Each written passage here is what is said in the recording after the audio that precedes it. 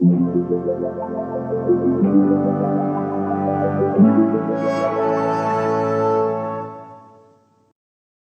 episode of Analog Resurgence is brought to you by Squarespace. Use the link in the description of this video or the code Analog Resurgence to get 10% off your first purchase at Squarespace. Well, here we are again. It looks like somebody thinks they have what it takes in order to develop their very own color negative film at home all by themselves. And you know what? You're in luck, because it turns out there are a ton of people out there who are choosing to develop their own color negative film instead of taking it to a lab. So I have graciously decided to fill the void here on YouTube concerning home developing and doing all of this stuff yourself so that you can learn how to do it. I've already done an introduction video on how to develop black and white negative film yourself at home, and it is fantastic. And I really recommend that you start with that because it's an important learning process. And I covered a lot of things in that video that I'm not necessarily going to completely go over again in this video. But I do really recommend people start with black and white. That's usually where people have started in the past when doing this stuff and have kind of moved up to color. But a lot of people these days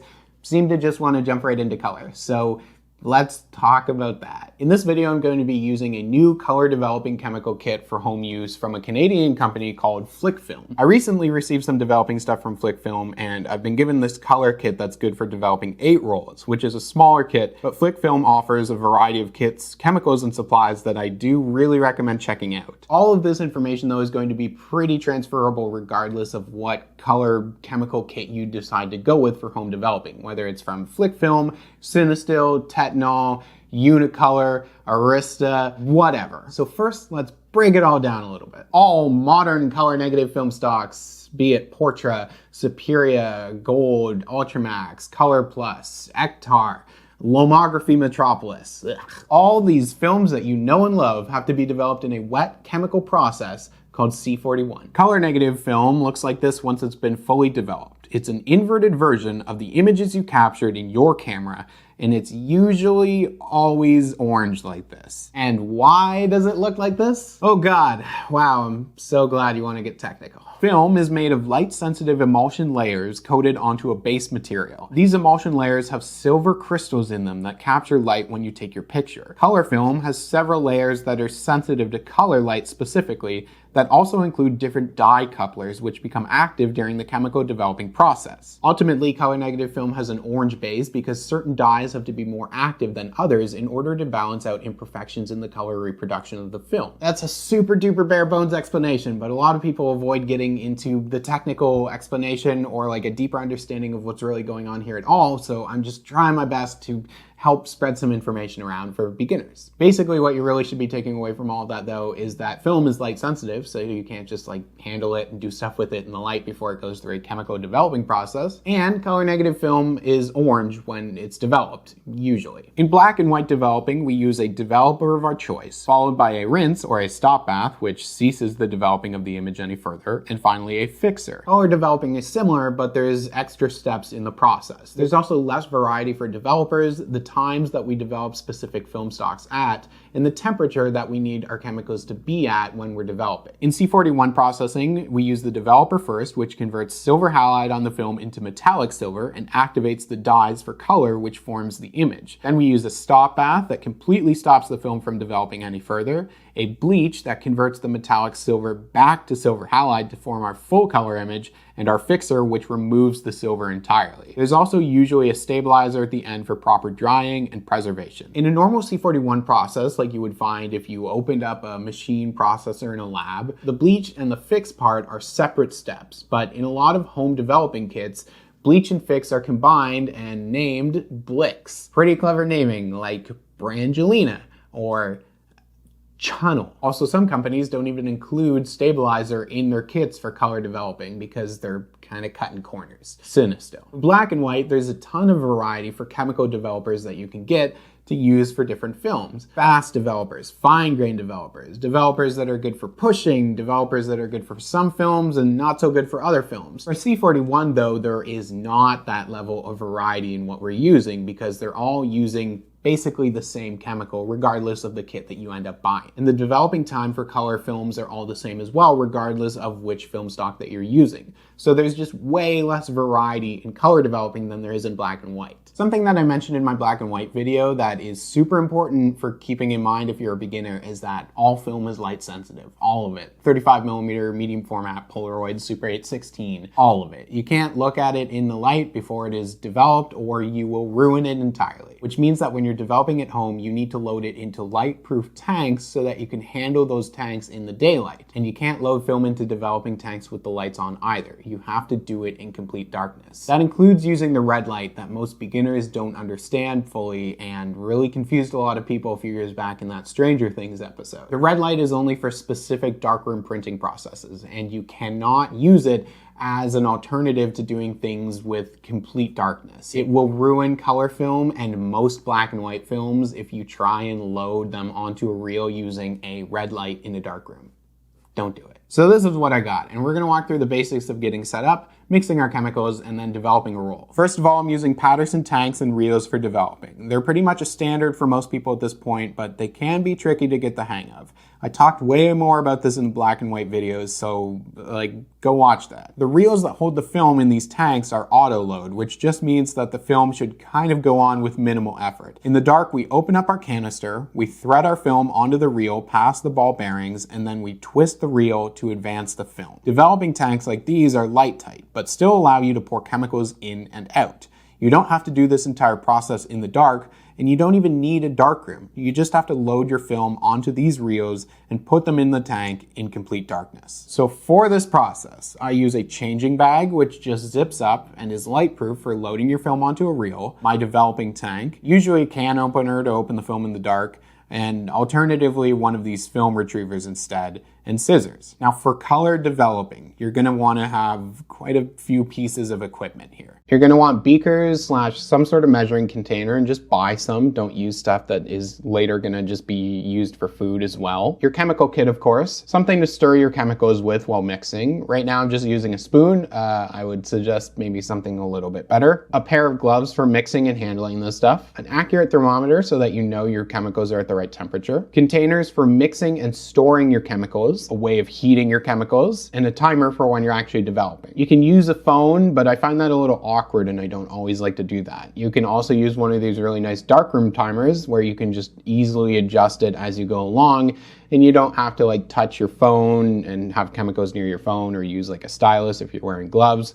It's just a little less awkward if you're not using a phone. That being said, I'm just gonna use my phone for this video. For color developing, the chemicals need to be kept at a warm, consistent temperature in order to get proper results. Variations within that temperature while you're developing will lead to poor results, including color shifts and frustration. The kit you have will include all the information that you need for temperature and times and everything. But most kits require the developer, stop bath, bleach, and fix, or Blix, to be at 39 degrees Celsius, which is 102 degrees Fahrenheit. As I've started doing this stuff myself, I've been using this water bath that I got from Flic Film as well, which has been incredible. It's maybe more than some people need, but it has been so useful, and I really do like it. I can put my containers in it, fill it up with some water, and it allows me to set and maintain really consistent temperatures no matter what I'm developing. There are other solutions as well. The really popular one is the temperature control unit from Cinestill, or a sous vide that clips to the side of a container for heating and circulating water. You can put your containers in a pot on the stove with some water and then heat it to the proper temperature, or you can probably even get creative with a crock pot. Really, whatever works for you. So let's mix our chemicals. Mixing this stuff is really pretty easy as long as you just read your instructions. Whatever kit you have will include clear information for mixing and developing. With C41 kits, you can get liquid kits or powder kits. Liquid kits have the stock chemicals in liquid form, which get diluted with water to make your working solution. Powder kits have the chemicals in powder form that get mixed with water to make your working solution. You can get color kits from names including Cinestill, Arista, Tetnol, Rolly, Unicolor, and of course this one from Flic Film. This kit is a smaller kit that is good for developing 8 rolls of film and mixes mixes chemicals in either 500 or 580 milliliter batches so that you can develop 1 or 2 rolls at a time. The biggest thing to keep in mind while doing this are to have good ventilation when mixing this stuff and to at least wear gloves for mixing and developing. I would also recommend some eye protection and even a mask if you're worried about the space you're working in. This stuff isn't insanely dangerous as long as you're responsible and you handle it properly, but it can of course lead to some minor skin irritations if you're not careful. You don't want to get it like in your eyes or in your mouth or anything like that, and you do want to be conscious of like the room that you're doing it in and how much air is properly moving through your environment. Before I mix, I'm going to label my containers for proper organization. For mixing these chemicals, I really recommend buying jugs of distilled water. Distilled water allows you to mix really healthy chemicals, which allows for really clean, consistent looking negatives. All the instructions for mixing your chemicals will be included in the kit that you buy. When I went to do this stuff, one of my gloves broke, so I'm using a partial glove. Just strive to be better than me, I guess. For my developer, it's in powder form, so it's 2 parts that get added to water. My water is at 45 degrees Celsius / 113 degrees Fahrenheit. First, I'm going to add the powder from the bag labeled part A, then I'm going to add the powder from the bag labeled part B. Once all the powder is in my water, I'm going to stir this until the powder is entirely dissolved, and then I'm going to top up the water to the 500 milliliter line to make 500 milliliters of developer altogether. And this goes into the container I've labeled developer. The stop bath is in liquid form, so I'm going to combine the contents of this bottle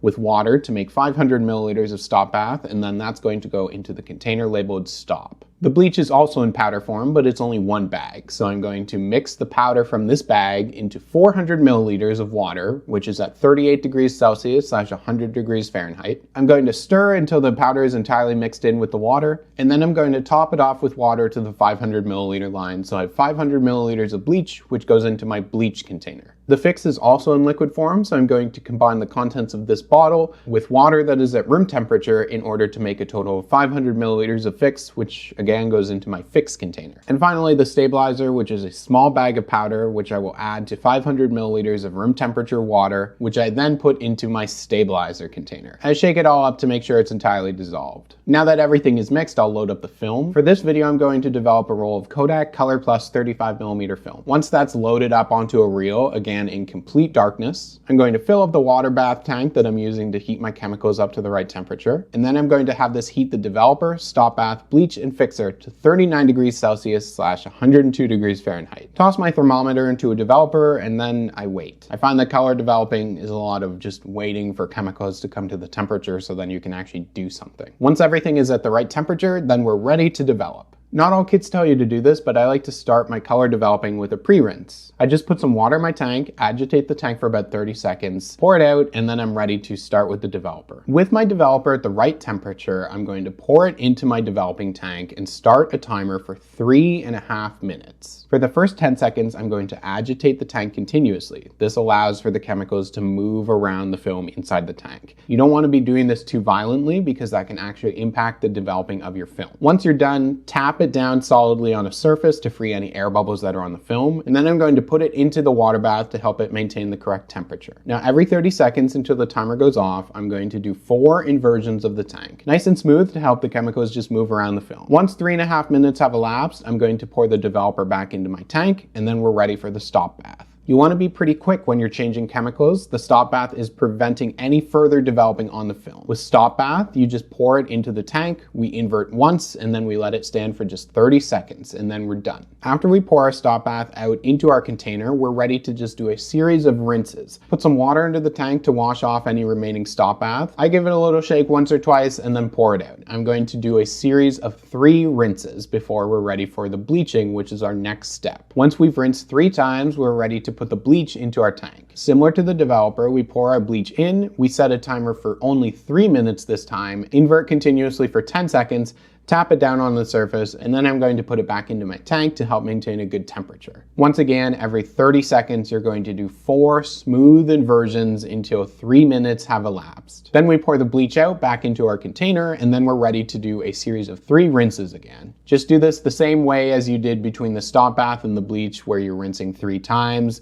just pouring the water out after you're done to rinse off any remaining bleach. We're almost done here. Next up is our fix. Pour this into our tank and set a timer for 2 minutes and 30 seconds this time. Once again, invert continuously for the first 10 seconds and then invert for 4 inversions every 30 seconds until your timer goes off, and then you can just pour the fix back into your container. Now we're ready for just the final rinse. Just go put this under the tap for about 5 minutes and let the water flow over the film. By this point, you're entirely done developing your film, and if you're using stabilizer or at least some sort of drying agent, then you can put your film in the stabilizer at room temperature for 1 minute before you're ready to take it out, hang it up, and dry. For your film, you want to try and hang it up in a nice dry and dust-free environment. I'm just going to hang it up on a clothes hanger using these little clips, and it's going to hang here for a few hours until it's entirely dry. We did it! Or in a much more real sense, I did all of it and you watched. Squarespace. Before I venture any further, I want to thank Squarespace for sponsoring this video today, because film isn't free, and this helps a lot. Squarespace is an all-in-one platform for building incredible websites. You already knew that because you're smart, and you use the internet, and you are capable of great things, and Squarespace can help you achieve that. Squarespace makes website building so easy. Create a portfolio to showcase your work. Set up an online storefront to sell some prints or just random things that you find around your house. Start a blog to detail your experience shooting film or to talk about interesting things that you saw on your way to work this morning. The sky's the limit with Squarespace because you don't need to know any sort of coding or deep technical skills. There's templates, there's great technical support. It makes all of this stuff super accessible for anybody to learn and to do. Not very long ago, websites used to look like this, and as a society, we're still recovering from that. But it's okay, it doesn't have to be like that anymore. You're safe. Squarespace is here. So go to the link in the description or just use the code ANALOGResurgence to get 10% off your first purchase with Squarespace. Now we have our color negative film, fully developed and ready for printing or scanning. Handle this carefully. It can get easily scratched, covered in fingerprints, dusty, all things that impact the quality of the work you want to do with it. Once my negative is dry, I put it into this sleeving that I save when I have stuff developed by a lab. For long-term storage, I just cut my stuff into strips and put them into these print file sleeves for protection. I'm not going to go into a full film scanning workflow in this video because it's just such a big topic. There's so many ways of doing it, different people's opinions and preferences, programs to go along with the workflow that you choose to use, equipment, things to buy, and stuff to consider about how much you're really scanning and like the results that you want to get. It's really just an exhausting topic. You could do camera scanning, which involves capturing your images using a digital camera and then inverting and editing the negative with a program like Adobe Lightroom and a plugin like Negative Lab Pro, which is the really popular choice. Or you could get a flatbed scanner for film scanning like my trusty Epson V700 here. You cut the film up, you put it into holders, and then you scan using a program like Silverfast. Or you could even just take your developed film into a lab and pay them to scan it on a higher end scanner. Whatever you do, you end up with your final images, developed all by yourself, or like with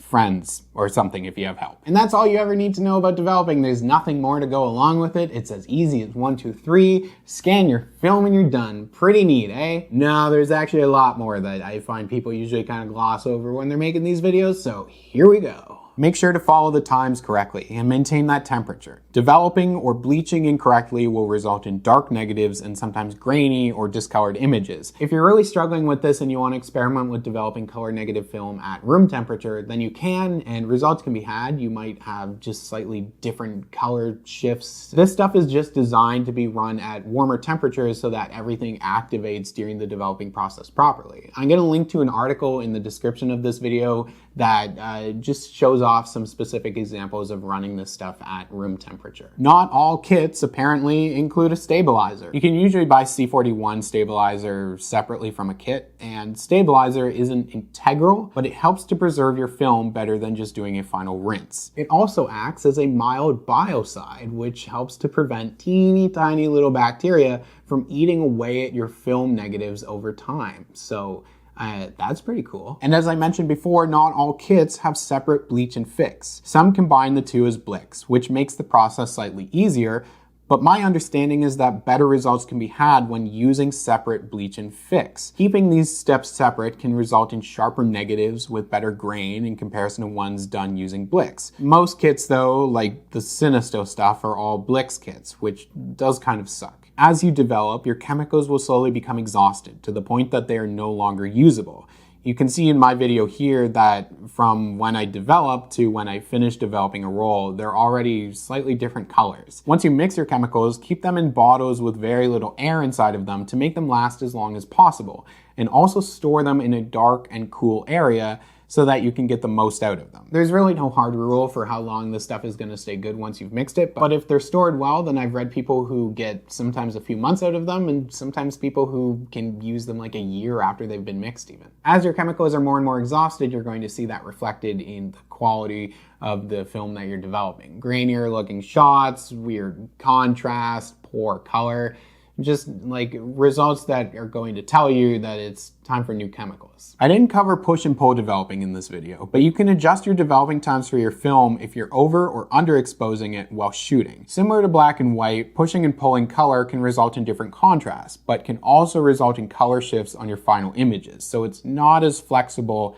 as pushing and pulling black and white. I'll talk more about it in the future as well now that I have some color chemicals, or I can also just take stuff to a lab that will offer push and pull processing for color film as well. I'd also like to briefly touch on color motion picture film, because especially in the last decade or so, I've seen more and more people taking Kodak's cinema film and rolling it down into small canisters so that you can shoot stills with it. It's a very hip and trendy thing for people to do, but not everybody understands like the differences between cinema film and still film. I've talked about it several times before, but color cinema film has a layer on the back called remjet, and it normally gets removed in machines with a water spray. You can do this motion picture film in C41 chemicals, but you need to do like a pre-rinse in order to try and remove that backing as best that you can, because it can contaminate and reduce the effectiveness of your color chemicals. Just be careful of motion picture film rolled down, because you don't want to put it through normal C41 chemicals without taking the proper precautions and considering the fact that you're probably going to get slightly less rolls from a kit